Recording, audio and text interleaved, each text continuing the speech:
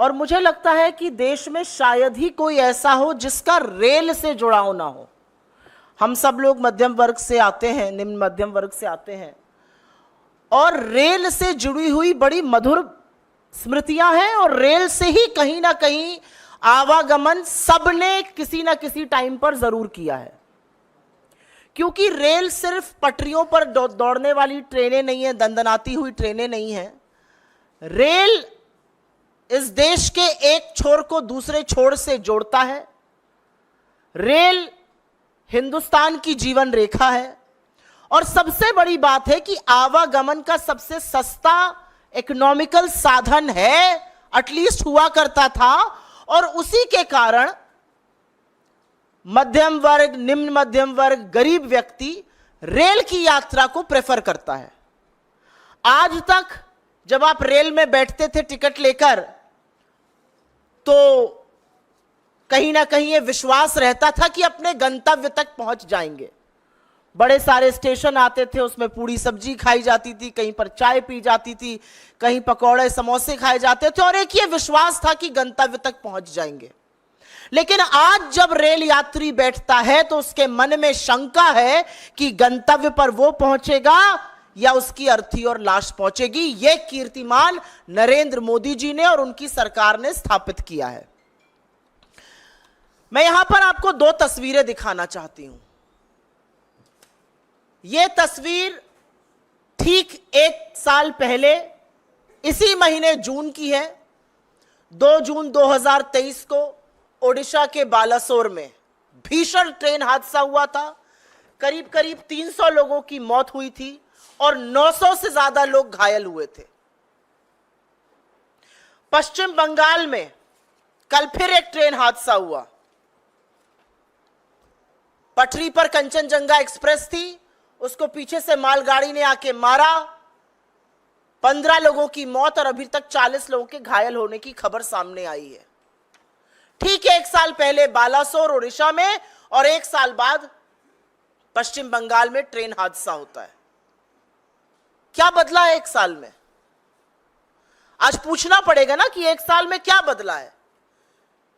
लगातार ट्रेन हादसे हो रहे हैं, और मैं एक सरकारी आंकड़ा आपके साथ साझा कर देती हूं। 1117 ट्रेन दुर्घटनाएं 2014 से 23 तक, और जानबूझकर 23 तक का ही आंकड़ा दे रही हूं, 31 मार्च 2023, क्योंकि ये हमारे आंकड़े नहीं है, आपके आंकड़े नहीं है, ये गवर्नमेंट ऑफ इंडिया के आंकड़े हैं।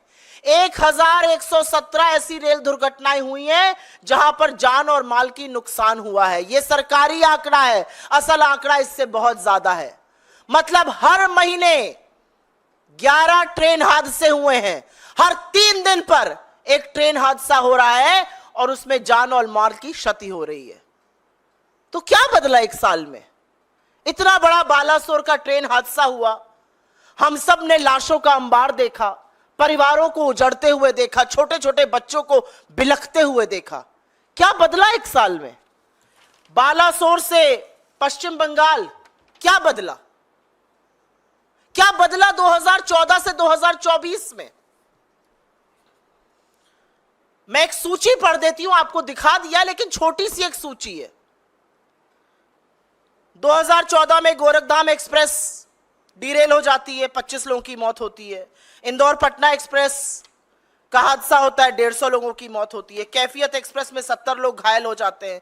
पुरी उत्कल एक्सप्रेस में 30 लोगों की मौत हो जाती है। बीकानेर गुवाहाटी एक्सप्रेस में 36 से ज्यादा लोग गंभीर रूप से घायल होते हैं, 10 लोगों की मौत होती है। बालासोर मैंने आपको बताया, लगभग 300 लोगों की मौत और 900 से ज्यादा लोग घायल, और कल 15 लोगों की मौत और 40 लोग घायल। और ये मैंने सिर्फ कुछ आंकड़े बताए। 1117 ऐसे हादसे हुए हैं। तो जिम्मेदारी किसकी है? जवाबदेही किसकी है? इस देश में हमने वो भी मंत्री देखे हैं, अगर उनके डिपार्टमेंट में अगर रेल मंत्री रहते हुए ऐसे हादसे हुए हैं तो उन्होंने अपने पद से नैतिक जिम्मेदारी लेते हुए इस्तीफा दिया है। फिर वो लाल बहादुर शास्त्री जी हो, नीतीश कुमार रहे हो, माधवराव सिंधिया रहे हो, ममता बनर्जी रही हो, मधु दंडवते रहे हो, जॉर्ज फर्नांडिस रहे हो, सब लोगों ने नैतिक जिम्मेदारी लेते हुए इस्तीफा दिया है। लेकिन आज हिंदुस्तान का रेल मंत्री रील मंत्री बना हुआ है। नैतिक जिम्मेदारी छोड़ दीजिए, आज भी हादसे के वक्त रील कैसे अच्छी बनेगी उस पर चर्चा हो रही है। बालासोर के वक्त अश्विनी वैष्णव जी वहां पर आए, डाइव कर रहे थे, किसी के नीचे घुसकर झांक रहे थे, ट्रेन के नीचे घुसकर 2-4 टेसू बहा रहे थे। क्या किया आपने रेल को सुरक्षित करने के लिए? आप कल पहुंचते हैं वहां पर, आप रेल मंत्री हैं, आप गाड़ी से भी जा सकते थे, लेकिन वीडियो ज्यादा बेहतर तब आएगा जब आप जूम जूम जूम करके मोटरसाइकिल से जाएंगे। अच्छा वीडियो आ गया सामने, रील बना लिया आपने। अब आप बताइए, आपने 1 साल से इस देश में रेल को सुरक्षित करने के लिए क्या काम किया? उस रेल को सुरक्षित करने के लिए जिसमें इस देश का युवा, जिसमें किसान, जिसमें मजदूर, जिसमें मध्यम वर्ग अपने परिवारों के साथ चलता है, उसको सुरक्षित करने का क्या काम किया? लोगों के मन की आशंका कि भैया हम पहुंचेंगे या हमारी लाश पहुंचेगी, उसको दूर करने का क्या काम किया? कवच समझा रहे थे, अभी आपको मैंने दिखाया कुछ दिनों पहले। कवच प्रणाली आई है। कवच प्रणाली क्या करेगी? एक ट्रैक पर अगर 2 ट्रेनें चल रही होंगी तो पीछे वाली ट्रेन पर कवच से ब्रेक लग जाएगा, आपस में भिड़ंत नहीं होगी। क्या हुआ कल कवच का? ये क्या झुंझुने पकड़ाए जा रहे हैं देश को? 10 साल से रेल आवागमन का सबसे असुरक्षित साधन बन चुका है। लगातार जान और माल का नुकसान हो रहा है और लोगों को झुंझुने के नाम पर आपने कवच की बात कही। और ये क्यों हो रहा है? क्या एकदम से रेल फेल हो गई है? ये इसलिए हो रहा है क्योंकि नरेंद्र मोदी की सरकार और उनके मंत्री उदासीन हैं, अकर्मण्य हैं। उनको फर्क नहीं पड़ता कि गरीब गुर्बत में रहते हुए लोग, यंग लोग जो गाजर मूली की तरह भरकर रेल में आज जाने को मजबूर है, वो मर जाए, उनको फर्क नहीं पड़ता है। इसलिए ऐसा हो रहा है। आपके साथ एक और आंकड़ा साझा करती हूं, और ये मेरा आंकड़ा नहीं है, ये आंकड़ा खुद अश्विनी वैष्णव ने पार्लियामेंट में दिया है, यह आरटीआई के माध्यम से भी सामने आया है। 3,12,000 रेलवे के रिक्त पद पड़े हुए हैं और कर्मचारियों की इसी भारी समस्या से रेलवे जूझ रहा है। एक आरटीआई के मुताबिक, और ये आंकड़ा बड़े ध्यान से सुनिएगा, लोको पायलट, बहुत सारे जो रेल हादसे होते हैं जहां पर गलत सिग्नल पे दे दिया गया, एक ही ट्रैक पर ट्रेनें चल गई, कहीं कहीं मानवीय त्रुटि होती है, और वो मानवीय त्रुटि लोको पायलट के कारण होती है। क्यों होती है ये भी समझ लीजिए। लोको पायलट के 70,093 पद स्वीकृत हैं, इसमें से 21% पद खाली पड़े हुए हैं। सहायक लोको पायलट के 57,551 पद स्वीकृत हैं, उसमें से करीब 8% खाली पड़े हुए हैं।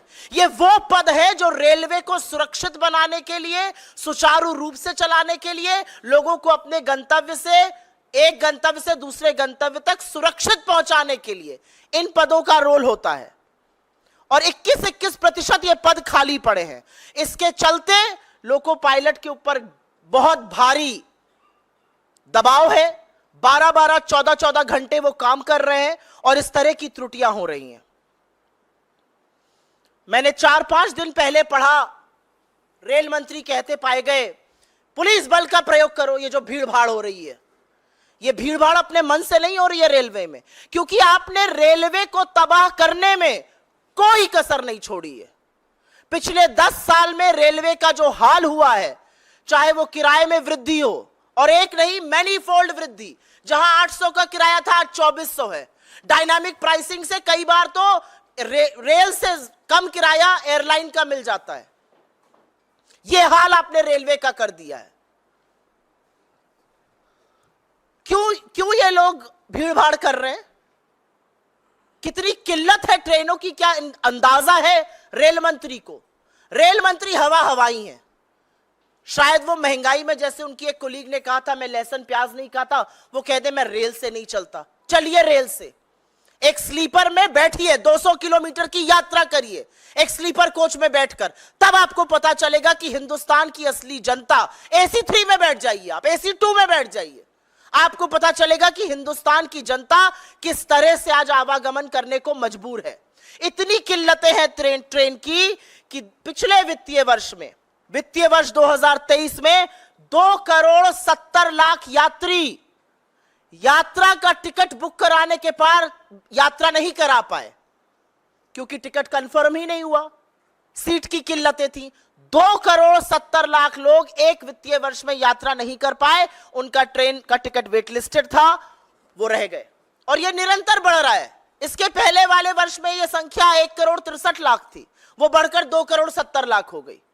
तो कितनी किल्लत है ट्रेनों की और कैसे लोगों को अपनी यात्रा कैंसिल करनी पड़ी, उसका एक प्रमाण यह भी है।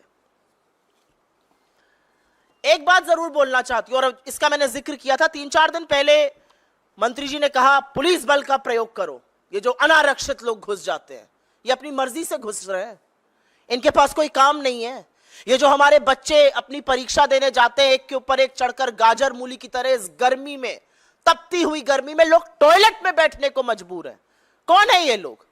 क्योंकि आपने स्लीपर और द्वितीय श्रेणी के कोचेस को लगातार एसी में कन्वर्ट करा। लोगों के पास इतना पैसा नहीं है कि वो एसी कोच में चल सके। आपने ट्रेनें रद्द कर दी, ट्रेनों की संख्या खत्म करी, पैसेंजर ट्रेन की कम करी। उसके चलते आज आरक्षित डब्बों में अनारक्षित लोग जो जनरल टिकट लेकर आवागमन करते थे, वो बैठने को मजबूर हैं। तो उन पर बल का प्रयोग मत करिए, अपनी गलती को स्वीकारिए। मैं जानती हूं कि लोगों को असुविधा होती है, लेकिन उस असुविधा का कारण आप हैं। और क्योंकि रेलवे सुरक्षा की बात हो रही है, तो थोड़ी बात हो जाए कि सरकार कर क्या रही है। ऐसा नहीं है सरकार के पास फंड नहीं है रेलवे सुरक्षा के लिए। इनफैक्ट सीएजी ने बताया है कि राष्ट्रीय रेल संरक्षा कोष RRSK में 20,000 करोड़ रुपए आने थे। 15,000 करोड़ रुपए केंद्र सरकार देती, 5,000 करोड़ रुपए रेलवे अपने रेवेन्यू से देता।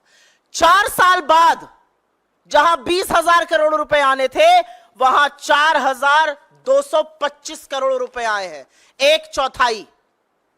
यह इनकी सीरियसनेस है। यह रेलवे सुरक्षा के लिए सरकार की उदासीनता है।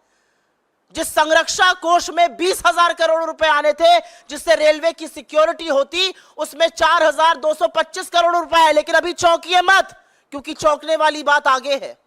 उस पैसे से रेलवे की सुरक्षा नहीं की गई, उस पैसे से फुट मसाजर खरीदा गया, क्रॉकरी खरीदी गई, इलेक्ट्रिकल अप्लायंसेस खरीदे गए, फर्नीचर खरीदे गए, जाड़े में पहनने वाले जैकेट खरीदे गए, कंप्यूटर खरीदे गए, लोगों को बोनस दिया गया, गार्डन बनाए गए उस पैसे से। उस पैसे से रेलवे को, रेल यात्रा को सुरक्षित करना था, उससे क्रॉकरी और फर्नीचर खरीदा जा रहा था। ये हम नहीं कह रहे हैं, ये सीएजी की रिपोर्ट धज्जियां खोल रही है, धज्जियां उड़ा रही है भारतीय रेल और नरेंद्र मोदी की सरकार की, ऐसे मंत्रियों की जिन्होंने शायद रेलवे में कभी सफर ही नहीं किया। अगर सफर करते तो समझते लोगों को क्या झेलना पड़ रहा है। डेप्रिसिएशन रिजर्व फंड होता है एक रेलवे में, उसमें इस चीज का प्रोविजन होता है कि रेलवे की जो पुरानी संपत्ति है उसको रीएनर्जाइजेशन किया जा सके, उसको पुरानी संपत्ति को बदलना था।